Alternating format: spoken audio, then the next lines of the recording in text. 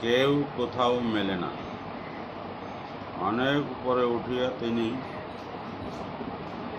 চাহিলেন যবে নিচে, দেখিলেন তখন হামাগুড়ি দিতেছে সব পিছে। বললেন তিনি কোমল কণ্ঠে, উপরে কিছু নাই তো? নিচেরা বলে, একিন হয় না, উঠে দেখতে চাই তো। বলেন তিনি, আমি দেখেছি, হয়নি দেখা তাতে। নিচেরা বলে, মোদের কেন নাওনি তোমার সাথে? অতঃপর তিনি প্রাক করিয়া তীর্থে করেন যাত্রা। তবেকার দিনে তীর্থে যেতে ছিল সে নতুন মাত্রা।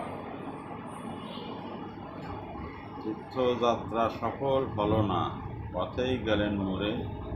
সাথের সাথীরা কেহ জানে না মরল কেমন করে। তিনি অবশ্য বড় মাপের এক বড় জ্ঞানী ছিলেন। বড় শক্তির বন্দনার সঙ্গ ছেড়ে বেঘোরে প্রাণ দিলেন।